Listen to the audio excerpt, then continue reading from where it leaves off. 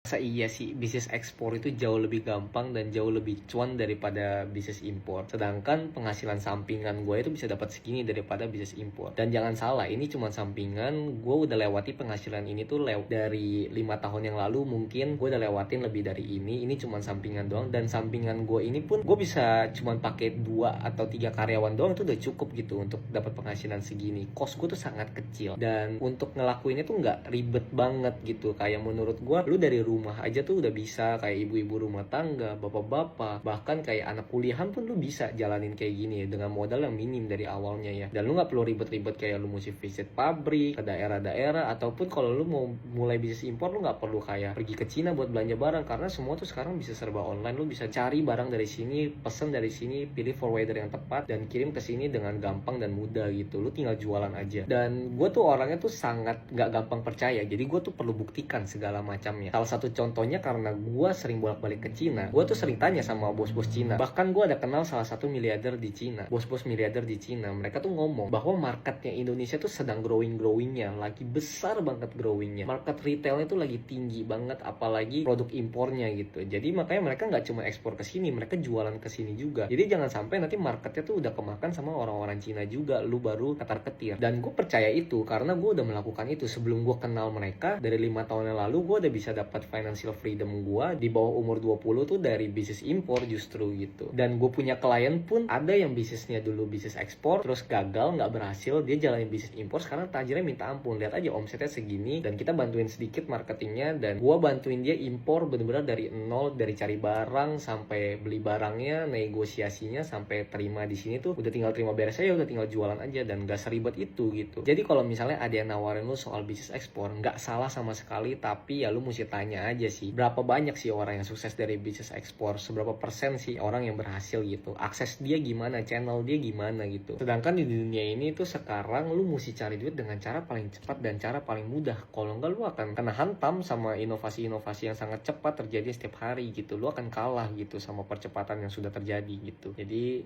semangat.